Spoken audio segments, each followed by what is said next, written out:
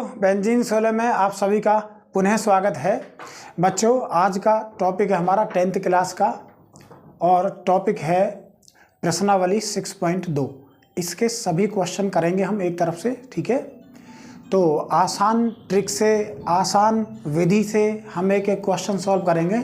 सभी बच्चे ध्यान से समझेंगे, ठीक है बच्चों। अच्छी किताबें और अच्छे लोग तुरंत समझ में नहीं आते बच्चों, उन्हें समझना पड़ता है, ठीक है। इसी तरह से अब हम प्रश्नावली के क्वेश्चन सॉल्व करेंगे, ठीक है। तो इसमें जो प्रश्न है ना बच्चे, कभी कभी क्या होता है, ये प्रश्न ऐसे हैं कि आप लोग इनका रिवीजन नहीं करते, और जब तक आप इनका रिवीजन नहीं करेंगे तो ये क्वेश्चन समझ में नहीं आते हैं, ठीक है। ये अभ्यास पर आधारित हैं। जो बच्चे इनका प्रैक्टिस सही कर लेते हैं, कम से कम एक ही क्वेश्चन को 3 या 4 बार सॉल्व कर लेते हैं, तो आसानी से फिर वो परीक्षाओं में कोई भी गलती करके नहीं आते हैं, तो पूरे में से पूरे अंक लेकर के आते हैं बच्चों को, ठीक है। तो अब हम प्रश्नावली 6.2 को स्टार्ट करते हैं और पहला ही क्वेश्चन सॉल्व करेंगे, ठीक है। तो स्टार्ट करते हैं बच्चों। प्रश्नावली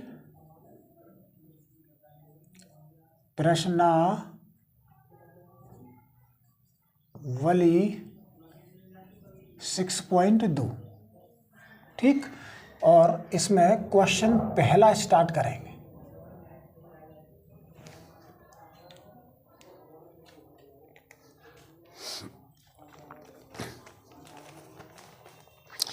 तो पहला क्वेश्चन क्या है,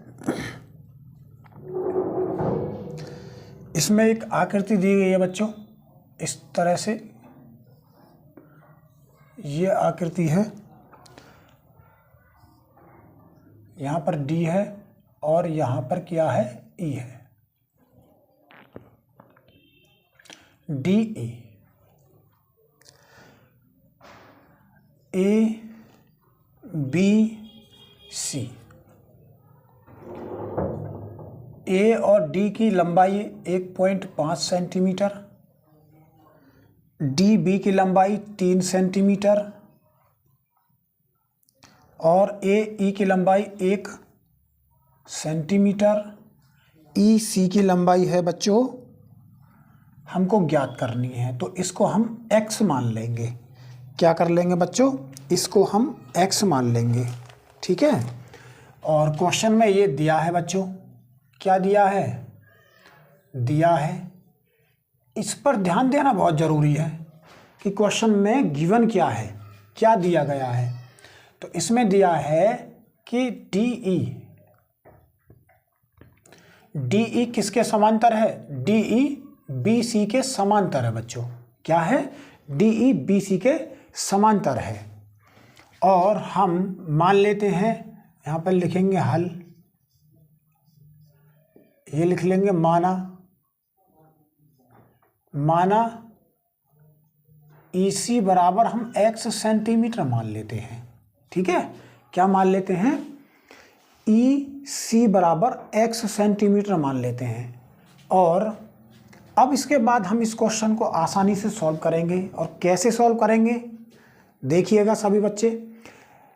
डी ई को हमने बी सी के समांतर माना, हमने क्या माना बच्चों, डी ई को बी सी के समांतर माना। इसका मतलब क्या है, मैं आपको एक प्रमेय पहले ही बता चुका हूं, जिस प्रमेय का नाम है क्या है, थेल्स प्रमेय। थेल्स प्रमेय क्या कहती है, यहां पर बी सी के समांतर डी ई है, तो इसका मतलब है A D upon D B का अनुपात बराबर है ए ई अपॉन ई सी के अनुपात के बराबर होगा, ठीक है। थेल्स प्रमेय यही तो कहती है, जब दो लाइन क्या है, समांतर हैं, डी ई किसके समांतर है, बी सी के, तो इसका मतलब है A D upon D B बराबर है ए ई अपॉन ई सी, ठीक। याद रखना बच्चों, या तो क्वेश्चन में इसको दे देगा तो हम समझेंगे कि दो लाइन समांतर हैं, या फिर इसको देगा, तो जब इसको देगा तो हम कह सकते हैं दोनों लाइनों को इस रूप में लिख सकते हैं, ठीक है। AD अपॉन DB बराबर है AE अपॉन EC के। अब इसके बाद हम क्या करेंगे, x का मान फाइंड कर लेंगे। तो यहां पर लिखेंगे, ये लिखेंगे चूंकि DE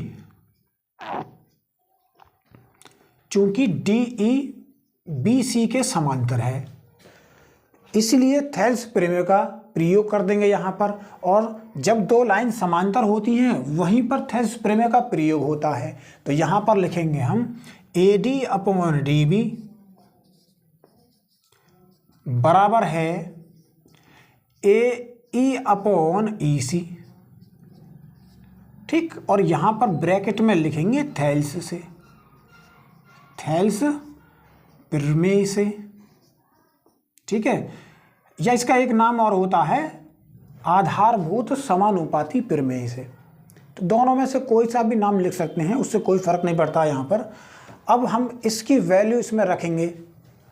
तो बच्चों AD का मान इसमें 1.5 है और DB का मान इसमें 3 सेंटीमीटर है, AE इसमें 1 सेंटीमीटर है और EC कितना इसमें x है, तो इसको x रखेंगे।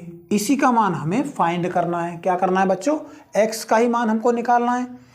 अब यहाँ से हम क्या करेंगे, इसमें क्रॉस मल्टीप्लाई कर देंगे। तो ये हो जाएगा हमारा, कितना हो जाएगा, या फिर इसको ऐसे करेंगे, यहाँ से पॉइंट को हटाएंगे। तो जब पॉइंट को हटाएंगे, पॉइंट के बाद एक अंक है तो नीचे भी एक ही शून्य रखा जाएगा, ठीक है। ये दशमलव का नियम होता है बच्चों, बराबर 1/x हो जाएगा। अब यहाँ से क्रॉस मल्टीप्लाई कर देंगे तो कितना हो जाएगा, 15x बराबर 30 और x बराबर कितना हो जाएगा 30/15 और x बराबर 15 दूनी कितने होते हैं 30 होते हैं। तो x का मान हमने क्या निकाला, 2 सेंटीमीटर निकाला बच्चों, ठीक है। तो सभी बच्चे इसी तरह से एक एक क्वेश्चन को समझेंगे, ठीक है बच्चों। याद रखना, इस प्रश्नावली में से 2 या 3 क्वेश्चन आते ही आते हैं थेल्स प्रमेय के। उसमें जैसे इसमें x का मान पूछा है EX, ठीक। अदरवाइज जो क्वेश्चन आएगा उसमें AE भी पूछ सकता है, AD भी पूछ सकता है, कुछ भी पूछ सकता है, ठीक है। तो बिल्कुल भी टेंशन नहीं लेनी है, बिल्कुल भी घबराएंगे नहीं। मैं आपके माइंड में एक एक क्वेश्चन को सेट कर दूंगा, ठीक है। तो अब हम इसका नेक्स्ट क्वेश्चन करते हैं। ये हमने इसका पहला पार्ट सॉल्व किया था बच्चों, ठीक है। तो सभी बच्चे इसको नोट कर लेंगे, फिर इसके बाद हम इसका दूसरा पार्ट सॉल्व करते हैं। तो सभी बच्चों ने इसको नोट कर लिया होगा। अब हम आगे चलते हैं।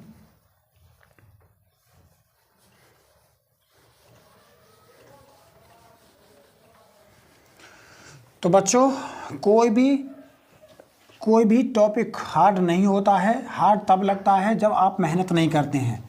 जब आप मेहनत करने लग जाओगे तो कोई भी टॉपिक हार्ड नहीं होगा, ये समझ लेना। अब हम इसका दूसरा पार्ट सॉल्व करते हैं। और दूसरा पार्ट क्या है इसका,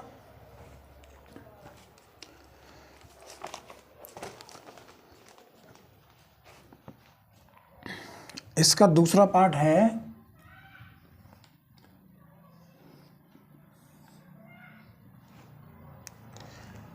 ABC और BC के समांतर एक लाइन है DE और इसमें DB कितना है 7.2 सेंटीमीटर है। AE कितना है 1.8 सेंटीमीटर है और EC इसमें है 5.4 सेंटीमीटर,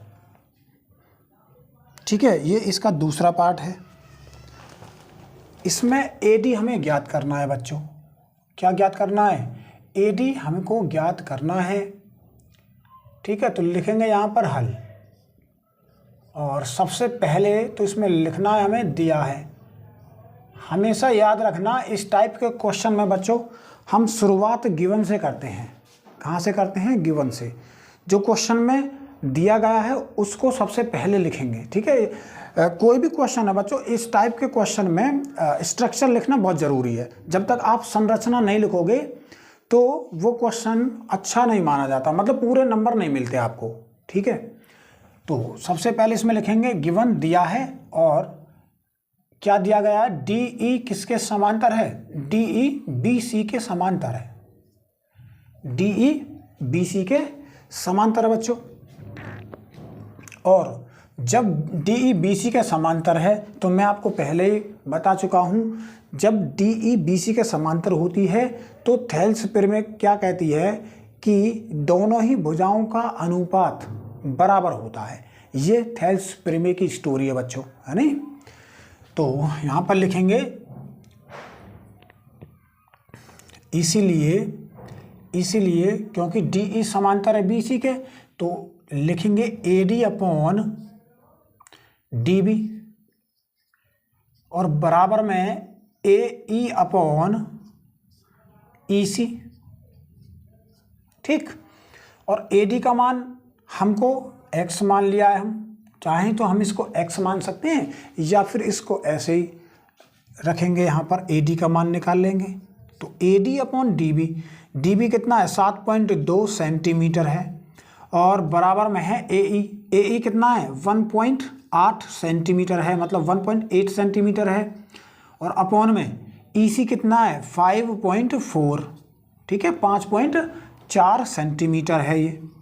अब यहाँ से इसको कैलकुलेट करेंगे बच्चों, तो कैलकुलेट करेंगे तो ए डी अपॉन 7.2 सेंटीमीटर बराबर।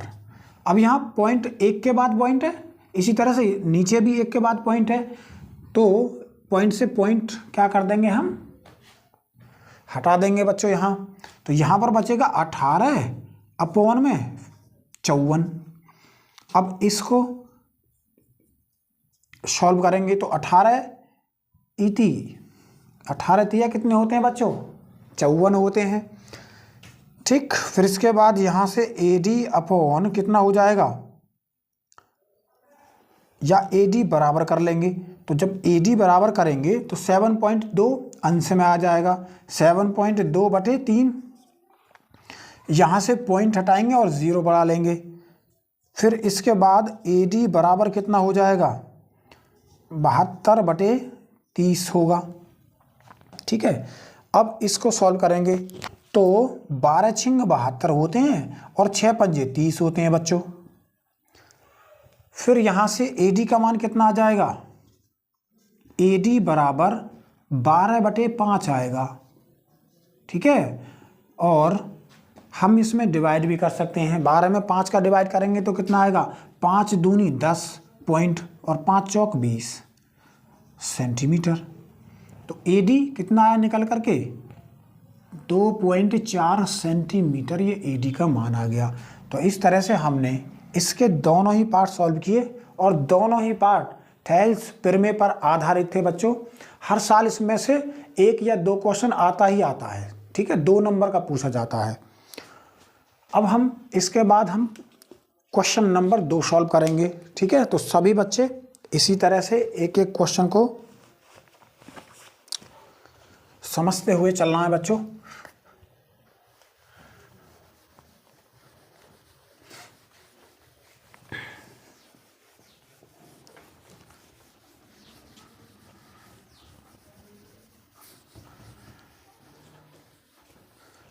तो इसमें सेकंड क्वेश्चन है,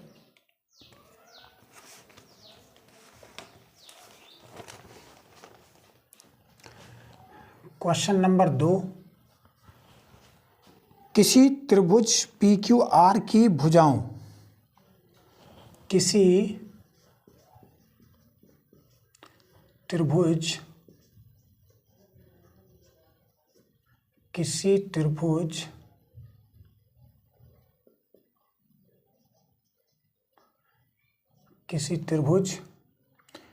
पी क्यू आर की भुजाओं, किसी त्रिभुज पी क्यू आर की भुजाओं, पी क्यू और पी आर, पी क्यू और पी आर पर क्रमशः बिंदु पर क्रमशः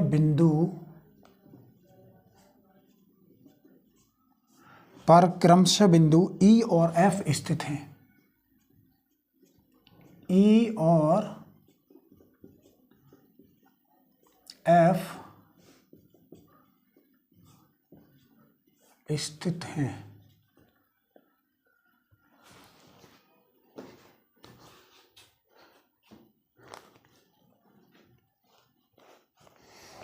निम्नलिखित में से प्रत्येक स्थिति के लिए निम्नलिखित में से प्रत्येक स्थिति के लिए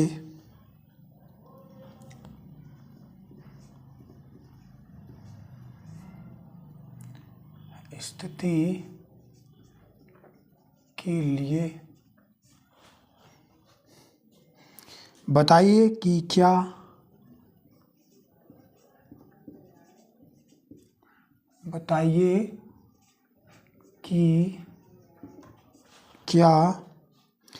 ई एफ समांतर है क्यू आर के। ठीक है, तो इसका पहला ही पार्ट सॉल्व करते हैं। और पहला पार्ट क्या है, पी ई बराबर दिया है 3.9 centimetre, 3.9 centimetre, comma E Q बराबर दिया है 3 सेंटीमीटर। इसके बाद कॉमा पी एफ दिया है 3.6 सेंटीमीटर और एफ आर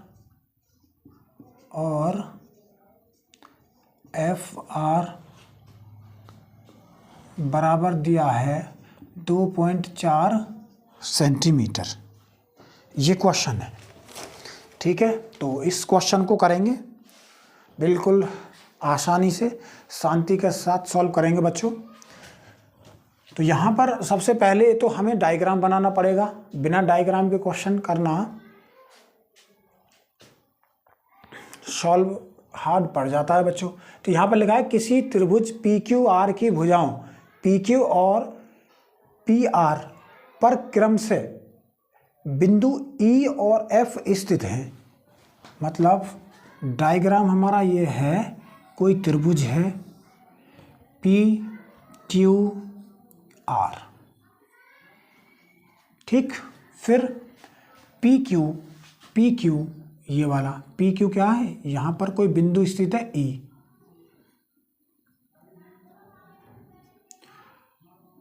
इसके बाद पी आर के बीच में कोई बिंदु स्थित है एफ, और इनको क्या कर देंगे, हम मिला देंगे बच्चों। ठीक है, ये हो जाएगा हमारा ई एफ। और हमें ये सिद्ध करना है कि ये जो लाइन हमने खींची है ई एफ, क्या ये क्यू आर के समांतर है। और ये क्यू आर के समांतर कब होगी बच्चों, ये क्यू आर के समांतर तभी हो सकती है जब हम दोनों ही भुजाओं का अनुपात बराबर दिखाएं। ठीक है, थेल्सपियर में क्या कहती है कि अगर दोनों ही भुजाओं का अनुपात बराबर है तो ई एफ और क्यू आर दोनों लाइनें समांतर होती हैं एक दूसरे के। ठीक है, तो यहाँ पर हम इसको प्रूफ करने के लिए क्या करेंगे कि P E upon E Q बराबर दिखाएंगे P F upon F R के, तभी हम लिख सकते हैं कि ई एफ समांतर है क्यू आर के। तो यहाँ पर पी ई का मान कितना दिया है 3.9, ई क्यू का मान कितना दिया है 3 सेंटीमीटर सेंटीमीटर। पी एफ का मान कितना दिया है 3.6 सेंटीमीटर। और एफ आर का मान कितना दिया है 2.4 सेंटीमीटर। ठीक है, तो कुछ नहीं है, अब आसानी से हम इसका दोनों भुजाओं का रेशियो चेक कर लेते हैं थेल्स प्रमेय की मदद से। ठीक, तो यहां पर लिखेंगे हल। तो ट्रायंगल पी क्यू आर में तो पी ई अपॉन कितना हो जाएगा ई क्यू, और ये बराबर होगा P F upon F R के। और यहाँ पर ये लिखेंगे थेल्स प्रमेय से। ये लिखना बहुत ज़रूरी है बच्चों, क्योंकि कभी कभी क्या होता है हम अनुपात तो लिख लेते हैं इस टाइप से, लेकिन ये नहीं लिखते हैं कि ये अनुपात आया कैसे। तो ये लिखना बहुत ज़रूरी है यहाँ पर थेल्स प्रमेय, ये लिखना बहुत ज़रूरी है ताकि ये पता लग जाता है कि इस बच्चे ने थेल्स प्रमेय का प्रयोग किया है। तो यहाँ पर पीई और पीई का मान कितना है 3.9 बटे ई क्यू का मान कितना है 3 बराबर। इसी तरह से पी एफ का मान कितना है यहाँ पर 3.6 अपोन में एफ आर का मान कितना है 2.4। तो अब हम क्या करेंगे, इसको सॉल्व करते हैं। तो जब इसको सॉल्व करेंगे तो पॉइंट से पॉइंट हटेगा, क्योंकि एक के बाद पॉइंट है, ऐसे ही यहाँ पर एक अंक के बाद पॉइंट है, इसलिए पॉइंट से पॉइंट क्या हो जाएगा कैंसिल हो जाएगा। और यहाँ पॉइंट को हटाएंगे तो नीचे 0 बढ़ा लेंगे बच्चों, क्या करेंगे 0 बढ़ा लेंगे। तो ये कितना हो जाएगा, यहाँ से मिलेगा हमें 39/30 और यहाँ से मिलेगा 36/24। इसको सॉल्व कर लेंगे तो 13 × 39 होते हैं और 10 × 30 होते हैं, और इधर 12 × 36 होते हैं और 12 दूनी 24। तो बच्चों हमने क्या देखा यहाँ पर, ये समान नहीं है। ठीक है, दोनों कैसे हैं इक्वल नहीं है। और जब ये इक्वल नहीं है तो थेल्स प्रमेय ये कहती है जब दोनों ही भुजाओं का रेशियो समान नहीं है तो ई एफ क्यू आर के समांतर नहीं है। ठीक है, तो जब इनका रेशियो इक्वल नहीं है तो हम यहाँ पर लिख सकते हैं बच्चों, रेखा ई एफ रेखा क्यू आर के समांतर नहीं है, समांतर नहीं है। ठीक है, तो हमने पहला पार्ट सॉल्व किया, इसके बाद हम बच्चों इसका सेकंड पार्ट सॉल्व करेंगे। ठीक है, तो आप लोग इसका स्क्रीनशॉट लेंगे, फिर हम दूसरा पार्ट सॉल्व करते हैं। तो मैं इसको रफ करूंगा अब।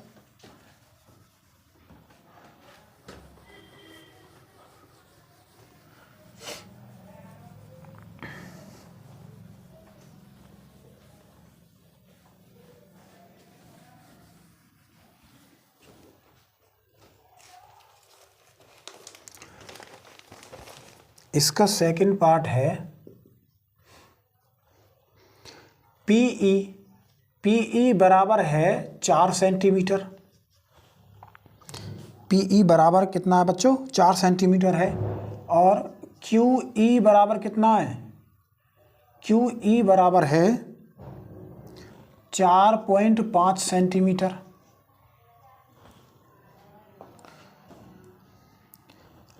कॉमा पीएफ बराबर है 8 सेंटीमीटर। और आरएफ बराबर है 9 सेंटीमीटर। तो 4 सेंटीमीटर है, 4.5 सेंटीमीटर है, 8 सेंटीमीटर है और 9 सेंटीमीटर है। तो यहाँ से मैं इनको हटाऊंगा। ठीक है, चित्र यही रहना है, तीनों ही इसके तीनों ही पार्टों के लिए चित्र का प्रयोग इसका ही करना है, ठीक है बच्चों। तो इसी चित्र का प्रयोग करेंगे। यहाँ पर पी ई का मान कितना है, 4 सेंटीमीटर है। ई क्यू का मान कितना है, 4.5 सेंटीमीटर है। पी एफ का मान 8 सेंटीमीटर है और आर एफ का मान 9 सेंटीमीटर है। कितना है बच्चों, आर एफ का मान 9 सेंटीमीटर है। तो लिखेंगे यहाँ पर हल, ठीक। तो यहाँ भी वही करना है हमें, थेल्स प्रमेय का प्रयोग करेंगे। तो सबसे पहले लिखेंगे ट्राइंगल पी क्यू आर में, तो P E upon E Q बराबर है P F upon R F कर सकते हैं या एफ आर कर सकते हैं। अब क्योंकि इसमें आर एफ दिया है तो आर एफ ही लिखेंगे बच्चों, आर एफ। इसी तरह से इसमें क्यू ई का मान दिया है तो क्यू ई रखेंगे इसमें। तो यहाँ पर वैल्यू रखेंगे पी ई, और पी ई का मान कितना है हमारा, 4 सेंटीमीटर है, तो इसमें रखेंगे यहाँ पर 4 सेंटीमीटर। क्यू ई का मान कितना है इसमें, 4.5 सेंटीमीटर है, और बराबर पी एफ का मान कितना है, 8 सेंटीमीटर है, अपॉन में आर एफ का मान कितना है, 9 सेंटीमीटर है। तो अब इसको हम सॉल्व करेंगे।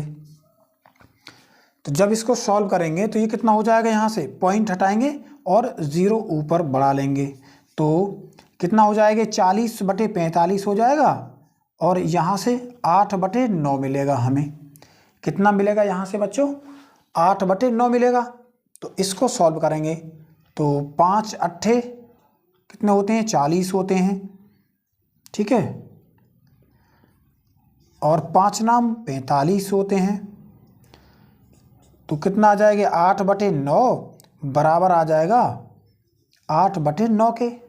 तो यहाँ पर हमने क्या देखा, दोनों ही भुजाओं के अनुपात का रेशियो कितना आया बच्चों, समान आया है, बराबर आया है। तो इस कंडीशन में हम क्या कहते हैं कि ई एफ समांतर है किसके, क्यू आर के, ठीक है बच्चों। तो इस तरह से हमने इसका दूसरा पार्ट सॉल्व किया। अब हम इसका तीसरा पार्ट सॉल्व करेंगे। तो आप इसका स्क्रीनशॉट लेंगे बच्चों। तो मैं इसको रफ करता हूं। तो बच्चों अब तक मैंने थेल्स प्रमेय पर आधारित क्वेश्चन सॉल्व करा है। अब इसका लास्ट प्रश्न है जो इस प्रमेय पर है, ठीक है। अब मैं इसका नेक्स्ट करता हूं, अब तीसरा पार्ट।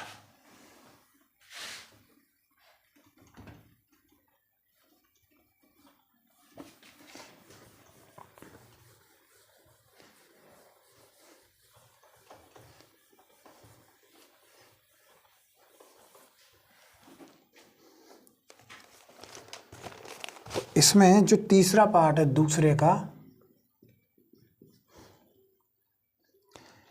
पी क्यू बराबर 1.28 सेंटीमीटर, पी क्यू बराबर 1.28 सेंटीमीटर, 1.28 सेंटीमीटर। पी आर कितना है, 2.56 सेंटीमीटर, ठीक, 2.56 सेंटीमीटर। इसी तरह से पी ई का मान कितना है, पी ई का मान है यहाँ पर 3.6 सेंटीमीटर, 3 पी ई का मान है बच्चों 0.18 सेंटीमीटर। और पी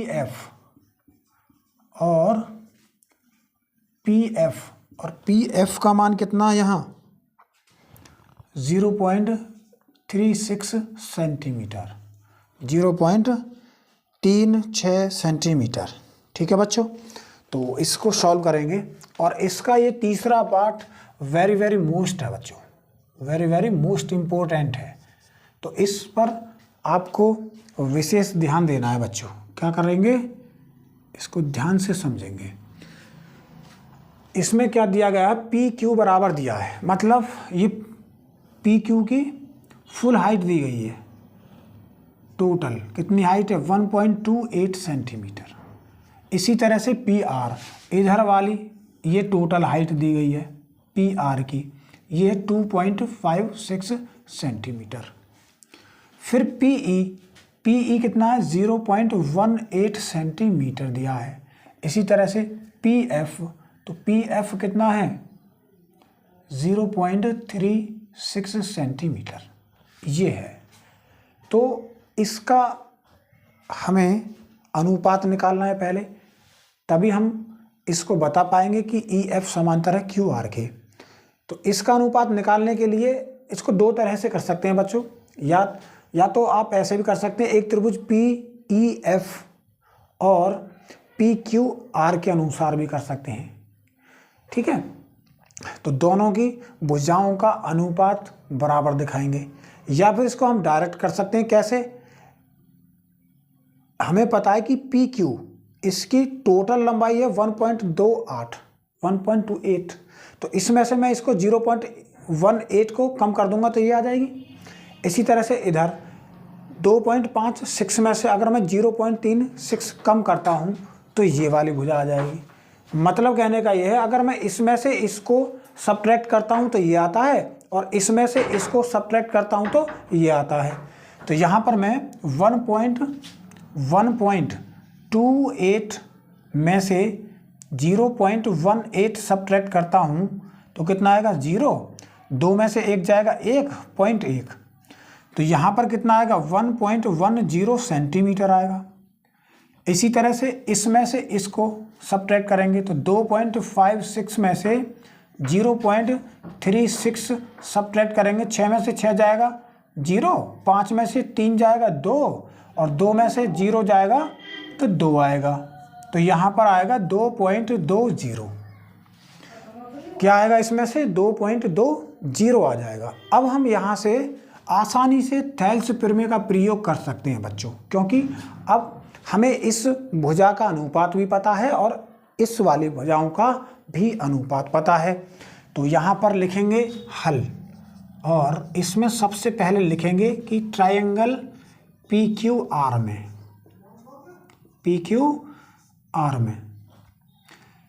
तो पी क्यू आर में थेल्स प्रमेय का प्रयोग करेंगे। तो थेल्स प्रमेय क्या कहती है, पी ई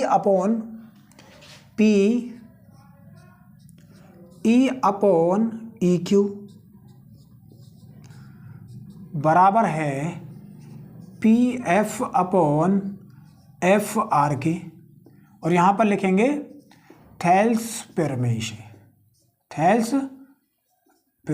से, ठीक है। सेम जो इससे पहले हमने दोनों पार्ट सॉल्व किए हैं उसी की तरह इनको करना है। तो पी ई का मान कितना है, इसमें 0.18 सेंटीमीटर है, और ई क्यू का मान कितना है, 1.10 सेंटीमीटर है, और बराबर में पी एफ कितना है, 0.36 सेंटीमीटर, और अपॉन में 2.20 सेंटीमीटर। अब इनको सॉल्व करेंगे बच्चों, तो पॉइंट से पॉइंट कैंसिल हो जाएगा, और इधर भी पॉइंट से पॉइंट क्या होगा, कैंसिल होगा। अब इसके बाद यहाँ से बचेगा 18/110 और बराबर में 36/220। तो इसको सॉल्व कर लेंगे। तो यहाँ पर 2 से काटेंगे तो 18 दूनी कितने होते हैं, 36, और 2 से इसको काटेंगे तो 11 दूनी 22 होते हैं। तो 18/111 110 और बराबर आ गया 18/110 के, ठीक है बच्चों। तो हमने क्या देखा, दोनों ही भुजाओं का रेशियो कैसे आया है, बराबर आया है बिल्कुल। और जब ये बराबर आया है तो इसलिए हम कह सकते हैं, यहाँ पर क्या कह सकते हैं बच्चों, हम कह सकते हैं कि रेखा ई एफ समांतर है किसके, क्यू आर के एच पी। इस तरह से हमने क्वेश्चन नंबर 2 के सभी पार्ट सॉल्व किए, ठीक है। तो अब बच्चों आपका ये कर्तव्य बनता है कि अगर अब भी आपके समझ में नहीं आया है तो आप हमसे कॉन्टैक्ट द्वारा अपना डाउट शेयर कर सकते हैं, हम आपका डाउट पूरी तरह से क्लियर कर देंगे। ठीक है, एक एक पॉइंट आपको समझा देंगे। तो अब हम इसका नेक्स्ट क्वेश्चन करते हैं, क्वेश्चन नंबर 3। ठीक है, तो बच्चों आज की वीडियो बहुत ही इम्पोर्टेंट है। इसमें जो भी क्वेश्चन कराए जा रहे हैं, कम से कम इसमें से 2 या 3 क्वेश्चन परीक्षा में आते ही आते हैं।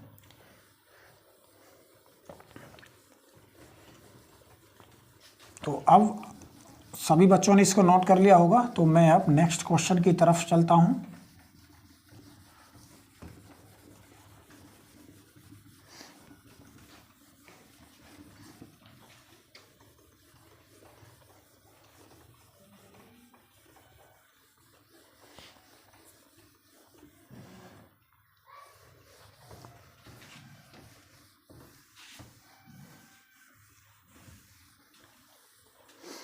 क्वेश्चन नंबर 3, और क्वेश्चन नंबर 3 है, आकृति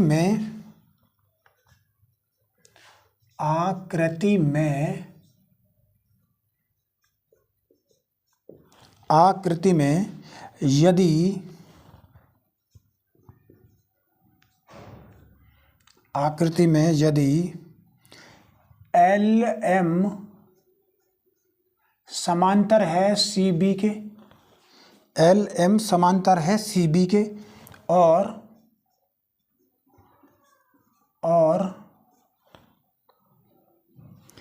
LN समांतर है CD के, LN समांतर है CD के हो,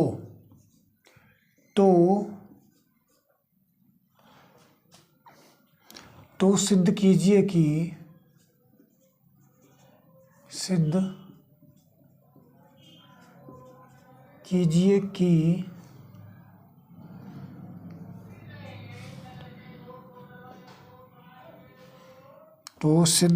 कि AM अपॉन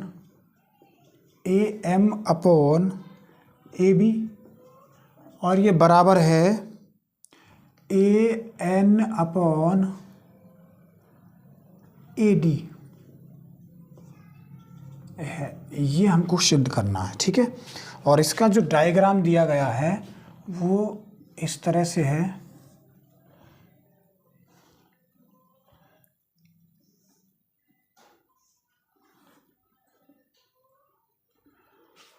ये इसका डायग्राम है।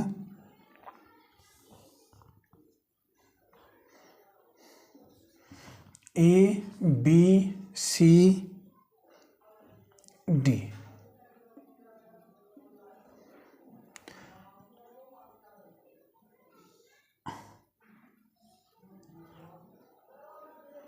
ठीक। तो इसको यहाँ ना बना करके थोड़ा सा और यहाँ से बनाते हैं, ऐसे करके। तो ये कितना हो जाएगा, यहाँ पर L हो जाएगा, और यहाँ पर M हो जाएगा, और यहाँ पर N हो जाएगा। ठीक है, तो इस क्वेश्चन को सॉल्व करेंगे बच्चों। और ये इस प्रश्नावली का सबसे महत्वपूर्ण प्रश्न है बच्चों, ये सबसे ज़्यादा बार क्वेश्चन आता है, तो इस पर आपको अधिक ध्यान देना है बच्चों। ठीक है, बहुत ही इम्पोर्टेंट क्वेश्चन है। तो सॉल्व करेंगे, हल। तो सबसे पहले सिद्ध करने वाले क्वेश्चनों में क्या करते हैं, गिवन है उसको लिखेंगे, उसके बाद सिद्ध करेंगे वो लिखना है, फिर उसके बाद तीसरे नंबर पे हमें रचना करनी होती है। कभी कभी हमें कुछ क्वेश्चन ऐसे भी होते हैं जिनमें रचना करनी होती है, तो तीसरा नंबर रचना करना है नहीं, तो उसको लिखते हैं, और फिर चौथा नंबर उपपत्ति से स्टार्ट कर देते हैं। तो सबसे पहले इसमें लिखेंगे, यहाँ पर दिया है,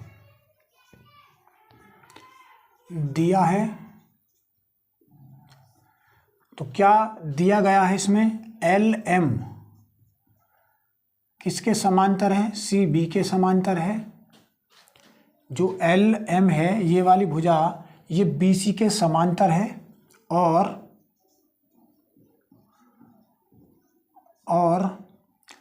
LN एल एन किसके समांतर है? सी डी के समांतर है बच्चों। एल एन किसके समांतर है? सी डी के समांतर है। और फिर इसके बाद यहाँ पर सिद्ध करना है, ये लिखेंगे यहाँ पर सिद्ध करना। तो सिद्ध क्या करेंगे? सिद्ध करेंगे A M upon A B बराबर है A N upon A D के। इसको सिद्ध करना है, यानी A M upon A B बराबर दिखाना है हमें A N upon A D के। ठीक है बच्चों। तो अब इसके बाद यहाँ पर उपपत्ति लिखेंगे, उपपत्ति।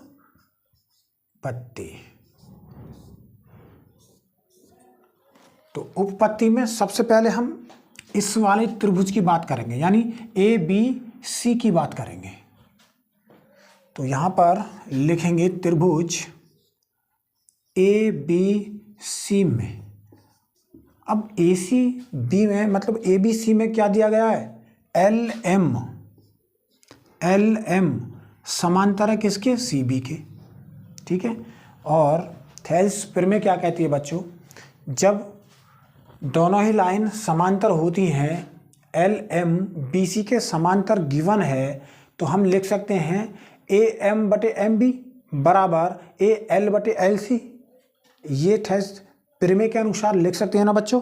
तो यहाँ पर लिखेंगे A M upon M B और बराबर में A L upon L C. और यहाँ पर लिखेंगे थेल्स प्रमेय से, प्रमेय से। ठीक है। और इसको समीकरण 1 मान लेंगे। फिर इसके बाद ये हमने त्रिभुज ए बी सी की बात की और त्रिभुज ए बी सी से हमने समीकरण 1 बनाया। इसी तरह से त्रिभुज इस वाले की बात करेंगे ए डी सी की। तो यहाँ पर लिखेंगे त्रिभुज ए डी सी में, ए डी सी में एल एन समांतर है, एल एन समांतर है बच्चों किसके? सी डी के। ठीक है। यहाँ पर दिया है एल एन, ये वाली भुजा इस वाली भुजा के समांतर है। और जब दो भुजा समांतर होती हैं तो इन थेल्स प्रमेय में क्या कहती है? इनका जो रेशियो है, मतलब A N upon N D बराबर है A L upon L C के। तो यहाँ पर भी हम लिख सकते हैं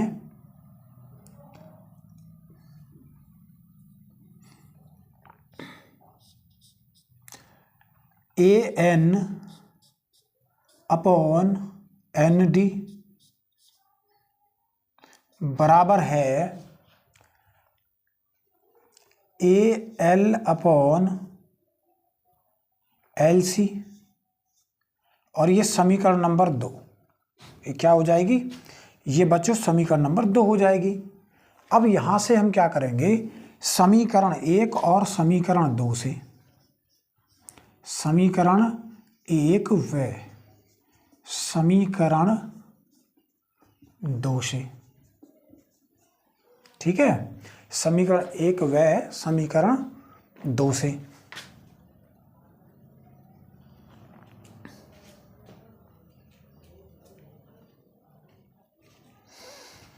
तो यहाँ पर अगर हम देखें समीकरण 1 और समीकरण 2 से, तो ये साइड और ये साइड बराबर हो जाएंगे। क्यों बराबर हो जाएंगे? क्योंकि समीकरण 1 में A L upon L C और समीकरण 2 में A L upon L C दोनों बराबर हैं। और जब ये दोनों आपस में बराबर हैं तो ये भी क्या हो जाएंगे? बराबर हो जाएंगे। या फिर इसको ऐसे कर सकते हैं बच्चों कि समीकरण 1 से A L upon L C का मान समीकरण 2 में रख देंगे। समीकरण 1 से A L upon L C का मान समीकरण 2 में यहाँ पर रखेंगे। ठीक है। यहाँ पर A L upon L C के स्थान पर, तो ये और ये क्या हो जाएंगे? दोनों बराबर हो जाएंगे। तो इस तरह से भी आप कर सकते हैं। तो यहाँ से लिखेंगे A M upon A B बराबर ए बी नहीं है बच्चों, एम बी है। फिर ए एन अपॉन एल सी, ए एन अपॉन क्या हो जाएगा, ये एन डी हो जाएगा। क्या हो जाएगा, एन डी हो जाएगा। लेकिन बच्चों हमको सिद्ध करना है A M upon A B, लेकिन यहाँ पर एम बी आया है। ठीक है, तो नीचे ए बी लाने के लिए हम क्या करेंगे, दोनों पक्षों में एक ऐड कर देंगे। तो यहाँ पर लिखेंगे दोनों पक्षों में, दोनों पक्षों में 1 जोड़ने पर, जोड़ने पर, ठीक है, तो कितना हो जाएगा ये, ए एम बटे एम बी प्लस 1 बराबर ए एन बटे एन डी प्लस 1। ठीक, अब इसका एलसीएम ले लेंगे यहाँ से। तो जब इसका एलसीएम लेंगे तो कितना हो जाएगा, ए एम प्लस इसके नीचे 1 मानेंगे तो कितना आ जाएगा, एम बी आ जाएगा। और अपॉन में क्या हो जाएगा बच्चों, यहाँ से बच्चों हम इसको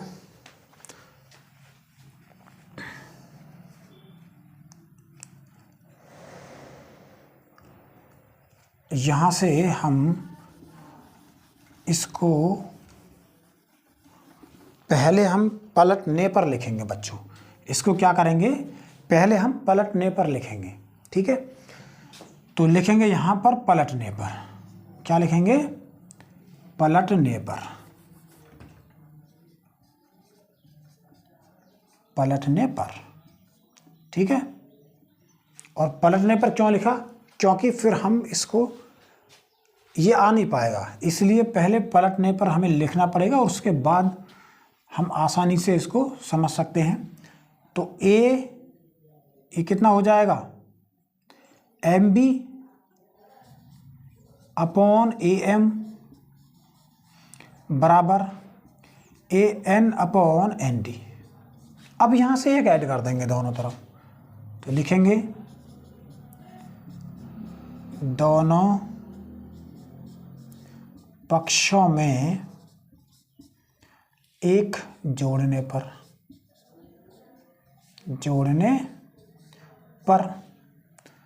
तो यहाँ पर हो जाएगा M B upon A M plus 1 बराबर A N upon N D plus 1। ये फिर हम इसका एलसीएम ले लेंगे बच्चों। क्या लेंगे, इसका एलसीएम लेंगे, M B plus A M upon A M बराबर A N plus N D upon N D. ठीक, अपॉन क्या हो जाएगा, एन डी हो जाएगा। तो यहाँ पर इसको तो हमने पलटा ही नहीं बच्चों, एन डी ऊपर आएगा और ए एन नीचे। इसी तरह से एन डी और ए एन, तो यहाँ पर भी ऐसे आएगा, इसमें भी। तो यहाँ पर कितना हो जाएगा, एन डी हो जाएगा और यहाँ पर कितना हो जाएगा, ए एन हो जाएगा। इस तरह से आएगा, क्योंकि यहाँ पर हमने लिखा है पलटने पर, तो इसको पलटेंगे तो ये वाला हमने पलट दिया, तो ये वाला भी तो पलटना है और फिर एक ऐड करना है, एक ऐड करने के बाद ये आ जाएगा। अब यहाँ से बच्चों M B plus A M कितना होता है, M B plus A M बराबर ए बी कर सकते हैं हम। ठीक है, क्योंकि ए बी बराबर कितना है, यहाँ पर ए बी बराबर है बच्चों M B plus A M, M B plus A M, A B के बराबर है ये। इसी तरह से यहाँ पर हम लिख सकते हैं इसको। फिर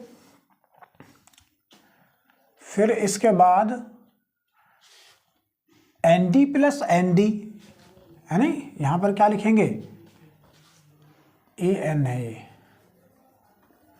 ये कितना है बच्चों, AN है। अब यहाँ पर अगर हम देखें ND प्लस NA तो ये भी किसका मान है, ये AD का मान है।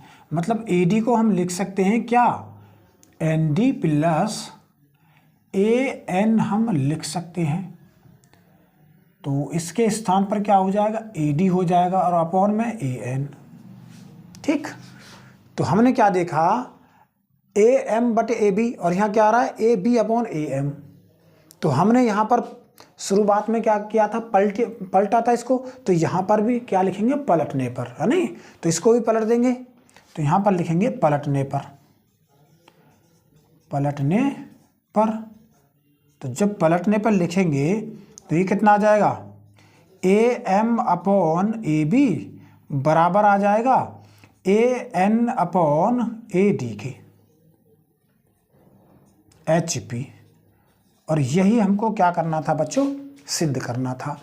तो मैं आपको यहाँ से एक बार और समझा देता हूँ। तो समीकरण 1 और समीकरण 2 से हमारा रिजल्ट निकल करके आया ये, क्योंकि AL अपॉन LC और यहाँ पर भी AL अपॉन LC है, दोनों बराबर हैं। और जब ये दोनों बराबर हैं तो यहाँ से इसका मान मैं यहाँ रख दूँगा, तो हमें क्या रिजल्ट मिलेगा, ये मिलेगा। फिर इसके बाद हम इसको क्या करेंगे, पलटने पर। तो पलटने पर कितना आ जाएगा, MB ऊपर चला जाएगा, AM नीचे आ जाएगा। इसी तरह से यहाँ से भी ND ऊपर और AN नीचे, दोनों पक्षों में एक जोड़ देंगे, दोनों तरफ हमने एक ऐड कर दिया। फिर इसका एलसीएम ले लेंगे, तो यहाँ से MB प्लस AM बटे AM आ जाएगा बराबर। इसी तरह से इसका एलसीएम लेंगे तो इसका मान कितना होता है, AB होता है, AB बराबर इतना है तो हम रख सकते हैं यहाँ पर। इसी तरह से AD बराबर इतना है तो यहाँ पर AD रख सकते हैं अपॉन AN। पलटने पर, तो अब ये पलटने पर क्यों लिखा, क्योंकि हमने यहाँ पर भी तो पलटा था, तो जो हमने शुरुआत में किया था वो लास्ट में भी तो करना है, ताकि हम आसानी से सिद्ध कर सकें। ठीक है बच्चों, तो इस तरह से हमने इसको सिद्ध कर दिया।